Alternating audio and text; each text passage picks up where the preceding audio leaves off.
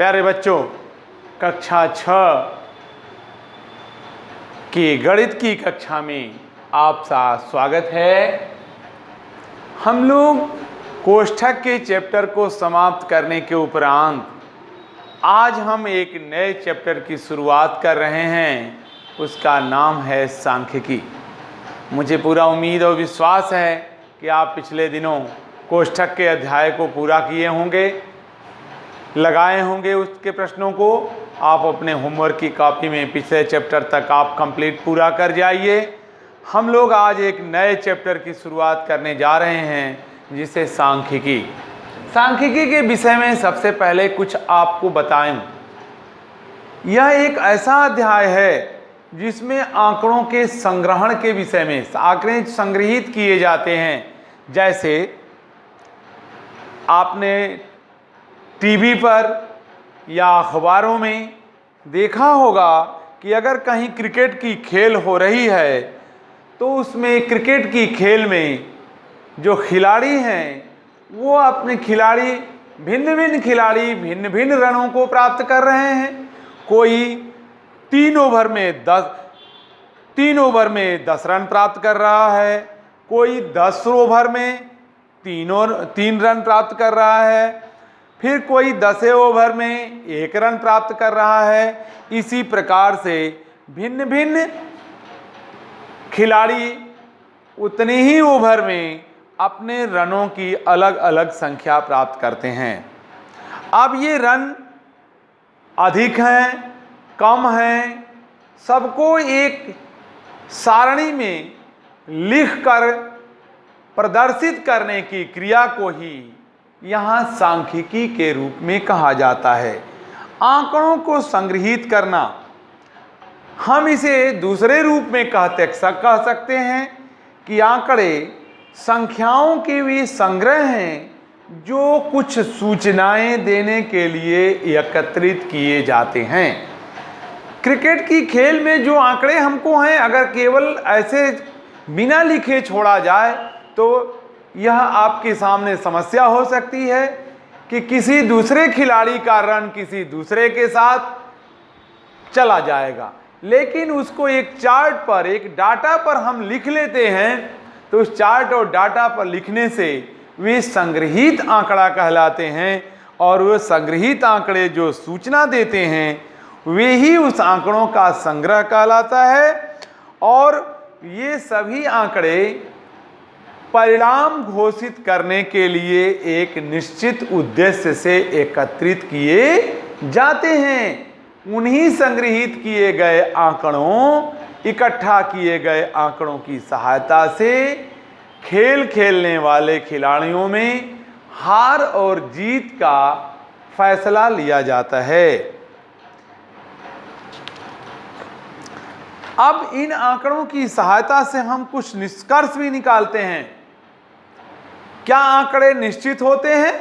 नहीं, आंकड़े निश्चित नहीं होते। आंकड़े तो मैंने कहा, एक खिलाड़ी ने 10 रन बनाया, दूसरे खिलाड़ी ने 20 रन बनाया, तीसरे खिलाड़ी ने 24 रन बनाया। तो आंकड़े क्या हैं? परिवर्तनशील हैं। सजातीय आंकड़े होने पर ही तुलना करके निष्कर्ष निकाला। ऐसा भी हो सकता है कि 2-3 खिलाड़ियों के आंकड़े समान हो जाएं, उतने समान ओवर में समान रन प्राप्त कर रहे हैं। ऐसे जहां आंकड़े सजातीय हो जाते हैं, उनके आपसी तुलना करके निष्कर्ष लिया जाता है। आंकड़े जो हैं दिए गए, जो हमारे बनाए गए जो हमारे आंकड़े हैं, वे हमेशा समूह में एकत्रित किए जाते हैं। एक व्यक्ति के लिए कोई आंकड़ा नहीं बनता। जब भी आंकड़ा बनेगा, कई व्यक्तियों के एक समूह के लिए बनाया जाएगा।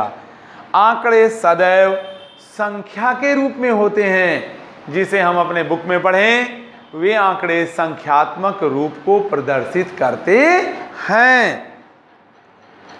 अब इन आंकड़ों के संग्रह के 2 प्रकार हैं। आंकड़े जो इकट्ठा किए जाते हैं उनके दो स्रोत हैं, 2 प्रकार हैं। पहला है प्राथमिक स्रोत और दूसरा है द्वितीयक स्रोत। अब आपके सामने एक समस्या है कि प्राथमिक स्रोत क्या कहलाएगा और द्वितीयक स्रोत क्या कहलाएगा। आइए हम देखते हैं प्राथमिक स्रोत। प्राथमिक स्रोत जो है, जिन स्रोतों से पहली बार आंकड़ा एकत्रित किया जाता है वह तो प्राथमिक स्रोत के अंतर्गत आता है, और जिन स्रोतों से आंकड़ा पहले उपलब्ध किया गया है और दोबारा अथवा तिबारा अथवा चौथी बार एकत्रित किया जाता है, वे सभी आंकड़े हमारे द्वितीयक स्रोत से एकत्रित किए गए आंकड़े कहलाते हैं। प्यारे बच्चों, जो चीजें मैं बोल रहा हूं, जो चीजें कही जा रही हैं, हम सबसे पहले इसको समझेंगे। आप अपनी किताब लेंगे, उठाइएगा, आज ही किताब उठाएंगे हम लोग और किताब के सांख्यिकी वाले अध्याय को खोलेंगे। सांख्यिकी वाले अध्याय में कुछ चीजें पतली अक्षरों में, छोटी अक्षरों में लिखी गई हैं, कुछ मोटे अक्षरों में जो उसका सारांश अथवा निष्कर्ष है वो मोटी अक्षरों से लिखा गया है। हम छोटी अक्षर और मोटी अक्षर दोनों का अध्ययन करेंगे और जो चीज़ें हम बोल रहे हैं, जो चीज़ें हम आपको समझाने का प्रयास कर रहे हैं, वे सारी चीज़ें उसमें लिखी हुई हैं, आप उसे समझेंगे। अब हम बात आती है कि आंकड़े जो हैं, आंकड़ों के स्रोत भी दो हैं, प्राथमिक स्रोत और द्वितीयक स्रोत।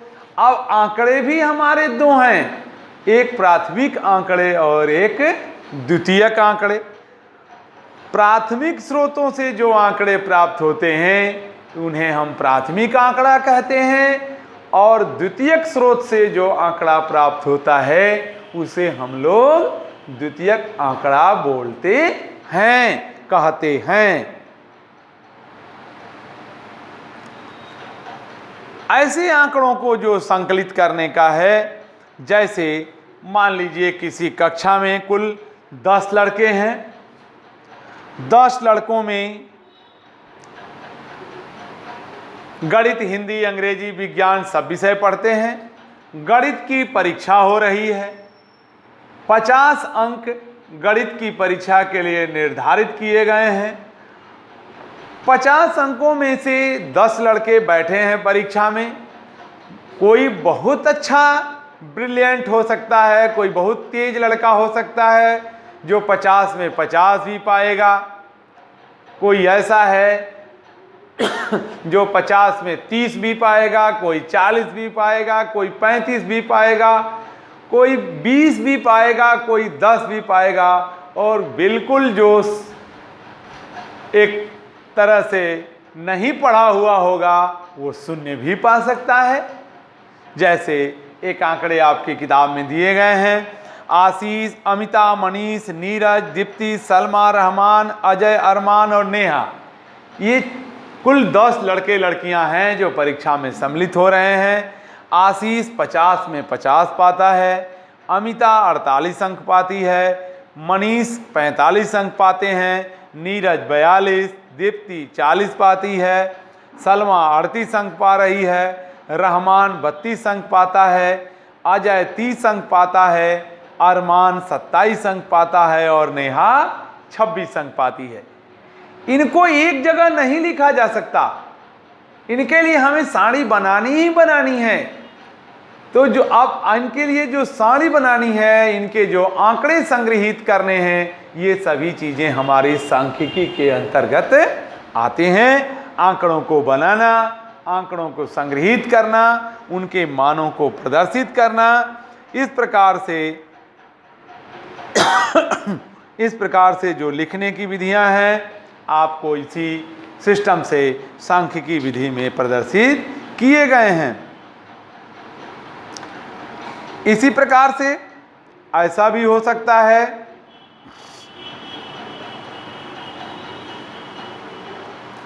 कि एक घर में 10 लोग रहते हैं, 10 लोग में से सबके खाने की, सबके टेस्ट की अपनी अपनी इच्छाएं हैं। मान लीजिए, नाम सुन के आपके मुंह में पानी भी आ सकता है, हम मिठाई का नाम लेने जा रहे हैं। मान लीजिए मिठाई घर में बनी है गुलाब जामुन भी बना है, पेड़ा भी बना है, बर्फी भी बनी है, जलेबी भी बना है, रसगुल्ला भी बना है। अब उन 10 लोगों में से कोई ऐसा जरूरी नहीं है कि 200 लोग एक ही तरह की मिठाई को पसंद करेंगे। कोई उसमें गुलाब जामुन को खाना पसंद करेगा, कोई रसगुल्ले को खाना पसंद करेगा, कोई उन दोनों को नहीं खाना पसंद करेगा, जलेबी खाना पसंद करेगा, कोई जलेबी भी नहीं, कोई कहेगा हम तीनों नहीं खाएंगे, पेड़ा खाएंगे। तो हम बार बार मिठाई का नाम ले रहे हैं। जो हमारे बच्चे इस वीडियो को देख रहे होंगे, शायद इन पेड़ा, गुलाब जामुन और रसगुल्ले का नाम सुन के उनको मिठाई खाने का भी मन कर रहा होगा। अच्छा है, इनमें हो सकता है कोई 4 मीठा खा ले, कोई 2 ही मीठा खाए, कोई 1 मीठा खाए, कोई ज़्यादा मिठाई खाने वाला है तो 5-5, 6-6 पीस भी खा सकता है। तो अब इन्हें याद रखना कि कौन कितना मीठा खाया है, कौन कितनी मिठाई खाया है, ये एक अगर आंकड़े में प्रदर्शित कर लिया जाए, नाम लिख लिया जाए, मिठाइयों के नाम लिख लिया जाए और उनके आगे खाने वालों की संख्या लिखी जाए। अगर गुलाब जामुन 5 लोग खा रहे हैं तो 5 गोला बना लें, या 5 गोला बना लें, या उनके लिए टिक निशान लगा लें। कोई पेड़ा 2 ही खा रहा है, 2 लोग पेड़ा खा रहे हैं तो 2 टिक लगा लें। इस प्रकार से जो आंकड़ों के प्रदर्शन हैं उन आंकड़ों के प्रदर्शन को उनके या तो हम टिक लगा के करते हैं, खड़ी लाइन खींच के करते हैं, और खड़ी लाइन की खींचने के साथ ही साथ अगर हमको 1 2 3 4 5 6 7 8 9 10 कोई 10 मिठाइयाँ खा रहा होगा, इतना मत खा लेना नहीं तो नुकसान कर जाएगी भाई। लेकिन मान लो कि कोई 10 मिठाई खा रहा है तो हमको 10 चिन्ह खींचने पड़ेंगे या 10 टिक निशान लगाने पड़ेंगे। ये निशान भी अब धीरे धीरे समाप्त की प्रक्रिया में चला गया। ये खड़ी लाइनें भी इतनी लंबी नहीं। अब इन खड़ी लाइनों को एक आंकड़ों को लिखने की विधि में जो प्रदर्शित किया जाता है उस विधि को हम कहते हैं टैली चिन्ह। तो प्यारे बच्चों, आज हम लोग सांख्यिकी के विषय में इनके आंकड़ों के प्रकार के विषय में अध्ययन किया। हम लोग आज यहीं बंद करते हैं। इतना हम अपनी बुक से पढ़ेंगे। अगले दिन की वीडियो में हम आंकड़ों को टैली चिन्ह लगाना सिखाएंगे। धन्यवाद।